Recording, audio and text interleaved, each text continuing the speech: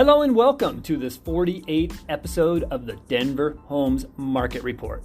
This is Ricky.schoonover of Mode Denver Real Estate. Last week we had a great show. We packed quite a few subjects into a 15-minute podcast. Our audience is growing, the show is gaining momentum, and it was just fun to take a few minutes and reflect on how I started the Denver Homes Market Report last year and how we have now found our way onto the various platforms in which you catch your favorite podcasts. We touched on interest rates and how they are creeping up ever so slowly, and how this shift affects buyers with their monthly payment, and therefore the amount of house a buyer can qualify for. This, in turn, will eventually catch up to sellers as well, as they'll be forced to temper their expectations. As rates rise, the volume of qualified buyers in the pool will shrink. And as that happens, the prices that today's sellers are getting will no doubt be affected by the higher interest rates and the shrinking buyer pool. Now, this won't happen overnight.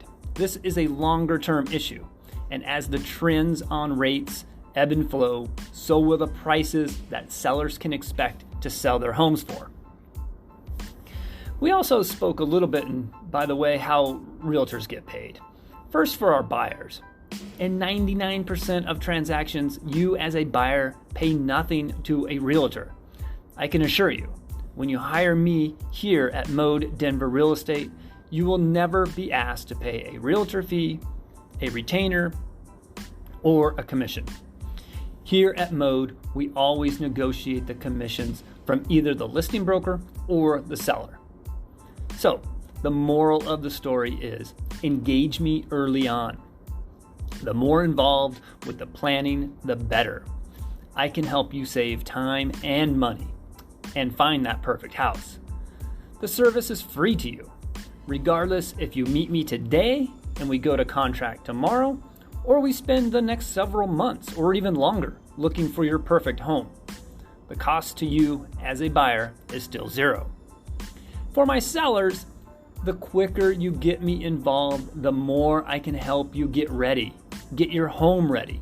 And I have professionals standing by to jump in and help you with whatever updates or repairs you think we might need to address.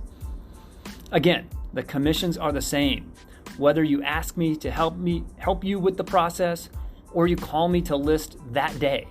And trust me, I'd rather spend the time you need to prepare yourself mentally and spend the time preparing your home, so that way when we do get an offer, we know where we stand with you being ready and your home being ready. The better we prepare, the smoother the transaction goes, and my sellers tend to make more money in less time when we properly prepare and work together early on in the process of selling your home. Okay, so there's a quick recap of last week. I'm sure I'm leaving out some details, but it's the gist of the show for last week. We have much more to discuss today. And, we've just put February 2021 behind us. So what we do here on the Denver Homes Market Report is each month as we close out the month, we do a little Battle Royale of sorts. Now, I have not looked at the data yet, so I don't even know. What do you think? Did we put together and close more deals in February 2020? Or was it this February 2021 a stronger month? What I can tell you with certainty, and again, I have not looked at the data yet, but I can just tell you from what I've been seeing here in the last few months, there's just pretty low inventory and not very many homes available for sale. And when a home does come to market, it tends to sell pretty quickly. No doubt, we are in a seller's market. However, it's not a total free-for-all when it comes to selling your home. And sellers who are going to market with larger-than-life expectations are still not getting a free pass in all cases. In fact, if you are a seller and you come to the market too strong, it can backfire on you big time.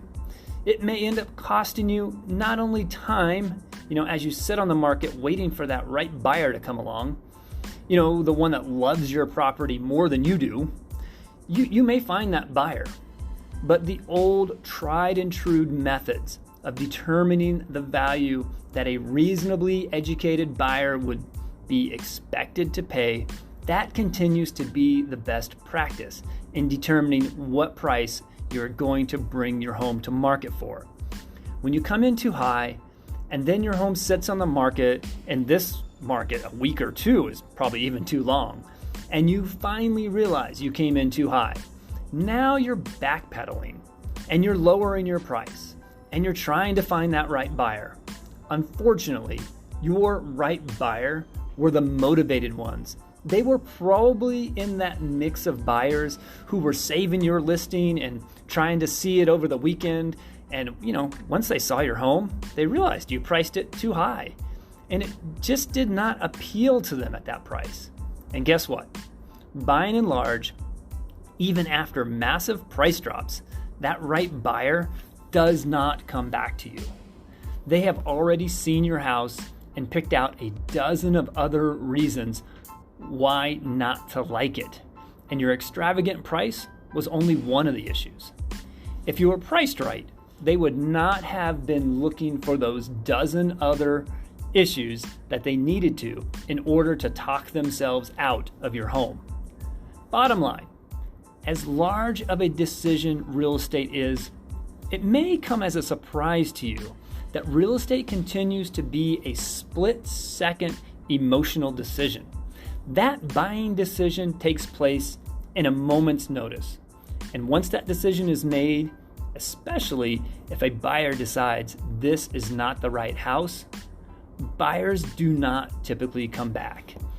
Let me think about it more often than not means a buyer is not putting in an offer. So make sure you know the risks of pricing your home too low, too high, and time again, trust me, coming in at the correct price will be your best bet. Now, I'm not saying you won't get lucky. List higher than the data shows and you may find that perfect buyer. It could happen. You may also decide you want to go the route of coming in a little bit lower than the data shows. And then you end up in a massive bidding war where buyers are writing crazy offers to beat out the competition. So I've seen that work too. However, the tried and true method of coming in priced right will consistently be your best bet. Okay, enough about pricing. Let's get back on the subject here. So which month was stronger, February 2020 or February 2021? In order to determine this, I need to take a little trip in my MLS time machine. I'm going to head back to February 2020. This would have been just before the whole COVID-19 started going viral. Well, I guess we know where that term going viral comes from. Okay, I just got back from February 2020. Wow, that was an interesting time. For one, I would not imagine most of us had no idea what was about to be unleashed upon us. Well, February 2020, we closed 6,488 deals.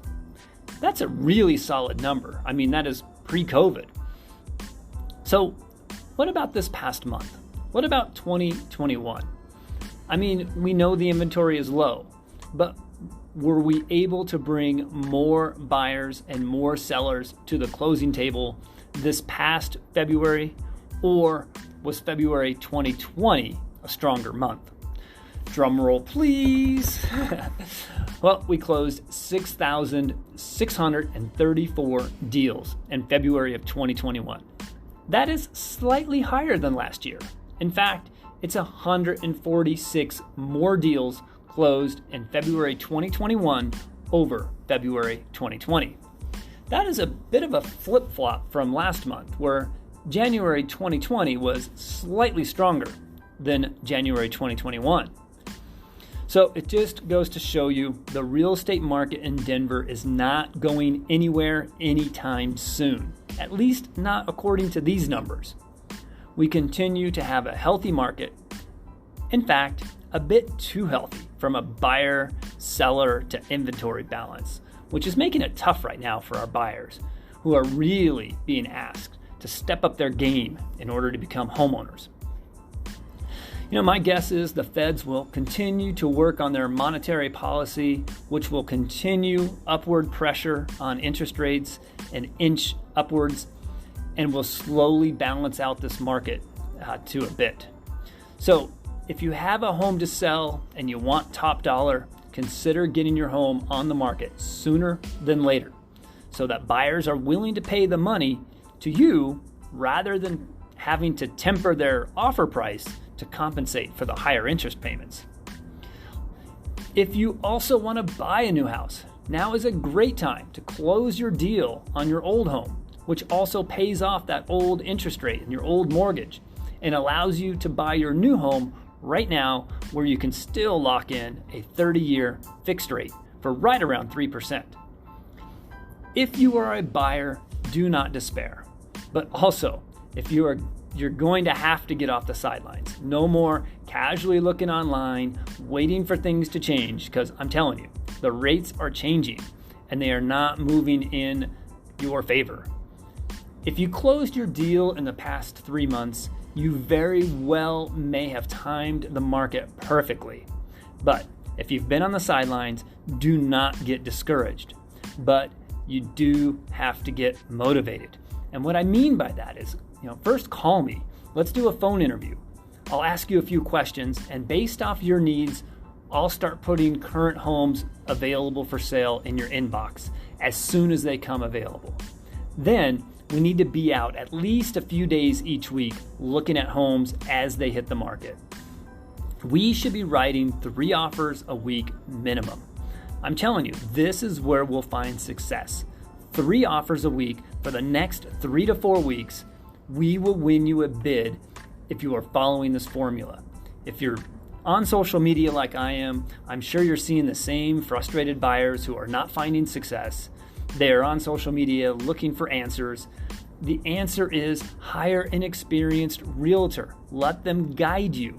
This is our specialty. This is what we do. And on that note, we're going to close out today's podcast. I thank you for tuning in. If you have any questions regarding real estate or otherwise, give me a call, 720-688-5110. Once again, this is Ricky Schoonover of Mode Denver Real Estate. I hope you have a great week, and please tune in next Thursday. You have been listening to the Denver Homes Market Report. Make sure you hit that subscribe or that follow button.